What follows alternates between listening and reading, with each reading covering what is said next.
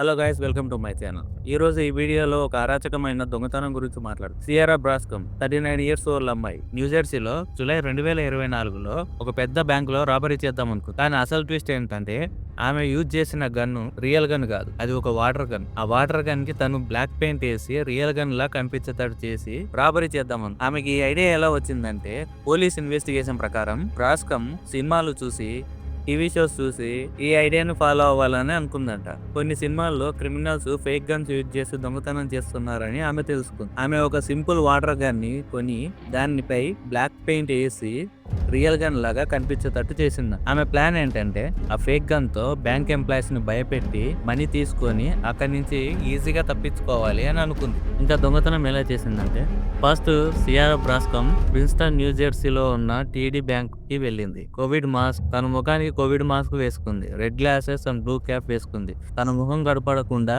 చేసింది. అప్పుడు తను బ్యాంక్ టైలర్ దగ్గరికి వెళ్ళి ఒక చిన్న నోట్ ఇచ్చింది. నా దగ్గర గన్ ఉంది, అలారం యాక్టివేట్ చేస్తే కాల్ చేస్తాను, వెంటనే డబ్బు ఇవ్వండి అని ఆ నోట్ లో రాసిందంట. అది చూసిన బ్యాంక్ టెల్లర్ చాలా భయపడ్డాడు. ఆ తర్వాత అతను ఆమెను బ్యాంక్ వాళ్ళ దగ్గర తీసుకెళ్లాడంట. అక్కడ నుండి $60,500 తీసుకొని వెంటనే అక్కడి నుంచి పారిపోయిందంట. అంతా బాగా సక్సెస్ అయింది కదా, కానీ ఎలా పట్టుబడింది? బ్రాస్కమ్ ఒక పెద్ద మిస్టేక్ చేసింది. బ్యాంకులో సెక్యూరిటీ కెమెరాస్ అన్ని రికార్డ్ చేశాయి. FBI అండ్ పోలీసులు ఫోటేజ్ ని అనలైజ్ చేశారు. ఇన్వెస్టిగేషన్ స్టార్ట్ చేశారు. 2 months లో బ్రాస్కమ్ ని సెప్టెంబర్ 2024లో అరెస్ట్ చేశారు. బ్రాస్కమ్ తన క్రైమ్స్ ని యాక్సెప్ట్ చేసింది. ఫైనాన్షియల్ ప్రాబ్లం వల్ల ఇదంతా చేశానని చెప్పింది. ఫేక్ గన్ అయినా సరే బ్యాంక్ రాబరీ చేయడం తప్పు, అందుకే తనకు పనిష్మెంట్ విధించారు. ఇప్పుడు తనకి 20 years జైలు శిక్ష ప్లస్ $250,000 ఫైన్ వేశారు.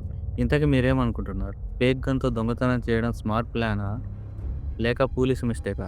మరిన్ని ఇలాంటి ఫ్యాక్ట్స్ కోసం మా ఛానల్ని సబ్స్క్రైబ్ చేసుకోండి. Thank you. మళ్ళీ కలుద్దాం.